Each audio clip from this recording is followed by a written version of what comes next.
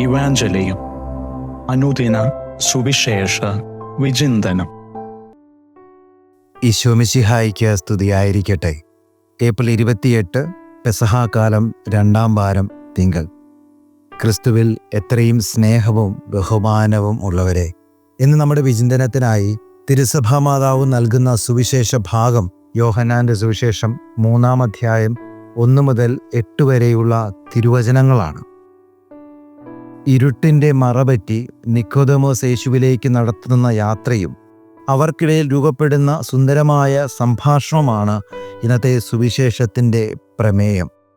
ഇരുളിനെ കൂട്ടുപിടിച്ച് തന്നെ കാണാൻ വന്നവന് മുന്നിൽ ഗുരു ദൈവരാജ്യം സ്വന്തമാക്കാനുള്ള വീണ്ടും ജനനത്തിൻ്റെ വാതിലുകൾ തുറന്നു കൊടുക്കുന്നു. രാത്രിയുടെ യാമത്തിൽ ആരും കാണാതെ ഇരുളിൻ്റെ മറപറ്റി വന്നവനും വെളിച്ചത്തിലേക്ക് പ്രവേശിക്കാനാവുമെന്ന പ്രത്യാശയുടെ വെട്ടം കൂടി ഇന്നത്തെ സുവിശേഷം നമ്മുടെ ആത്മാവിൽ പകരുന്നുണ്ട്. അതിനുള്ള ശക്തമായ സാക്ഷ്യമാണ് നിക്കോദെമോസിൻ്റെ തുടർന്നുള്ള ജീവിതം. റബ്ബി, അങ്ങ് ദൈവത്തിൽ നിന്നും വന്ന ഒരു ഗുരുവാണെന്ന് ഞങ്ങൾ അറിയുന്നു. ദൈവം കൂടെയില്ലെങ്കിൽ ഒരുവനും നീ ചെയ്യുന്ന ഈ അടയാളങ്ങൾ പ്രവർത്തിക്കുവാൻ കഴിയുകയില്ല. യേശുവിനെക്കുറിച്ച് തനിക്ക് എന്തൊക്കെയോ പ്രാഥമികമായി അറിയാമെന്ന നിക്കോദെമോസിൻ്റെ ആത്മവിശ്വാസം ഈ വാക്കുകളിൽ വളരെ ശക്തമാണ്. എന്നാൽ ക്രിസ്തുബന്ധത്തിലേക്കുള്ള ആഴപ്പെടലിൽ അറിവുകളല്ല, മറിച്ച് അനുഭവങ്ങളും ബോധ്യങ്ങളുമാണ് മാനദണ്ഡം എന്നതാണ് ക്രിസ്തു ദർശനം. യേശുവിനെക്കുറിച്ചുള്ള കേവലം അറിവുകളല്ല, മറിച്ച് അവിടുത്തെ അറിയലാണ് പ്രധാനം എന്നതാണ് സുവിശേഷത്തിലെ യേശുവിൻ്റെ വാക്കുകളുടെ എല്ലാം സാരാംശം. നിന്റെ അറിവുകൾ മാറ്റിവെച്ച് എന്നെ അടുത്ത് അറിയാൻ ശ്രമിക്കൂ എന്ന് പറയാതെ പറയുന്നുണ്ട് യേശുനാഥൻ നിക്കോദെമോസിനോട് സുവിശേഷത്തിൽ.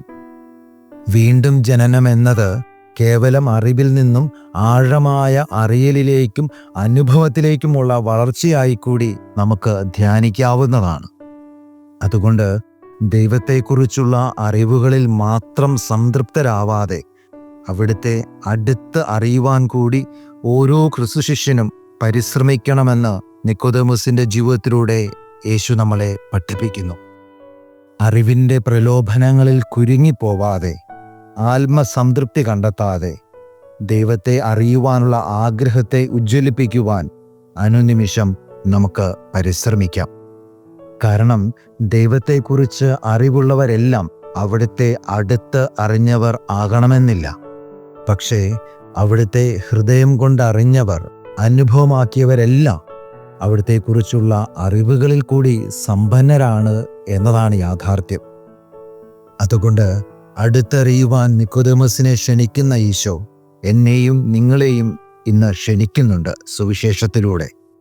അവിടുത്തെ അടുത്തറിയുവാൻ, ആഴത്തിൽ മനസ്സിലാക്കുവാൻ, ദൈവത്തെ അറിവിനപ്പുറം അനുഭവമാക്കുവാൻ. സ്നേഹം നിറഞ്ഞവരെ, ദൈവത്തെക്കുറിച്ച് പലതും അറിയാമെന്ന് അല്പം അഹങ്കാരത്തോടെയാണെങ്കിലും അവകാശപ്പെടുന്നവരാണ് നമ്മിൽ അധികവും.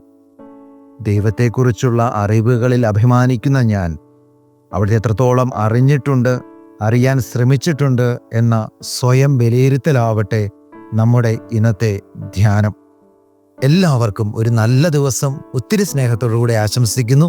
ദൈവം നിങ്ങളെല്ലാവരെയും സമൃദ്ധമായിട്ട് അനുഗ്രഹിക്കട്ടെ. ആമേൻ.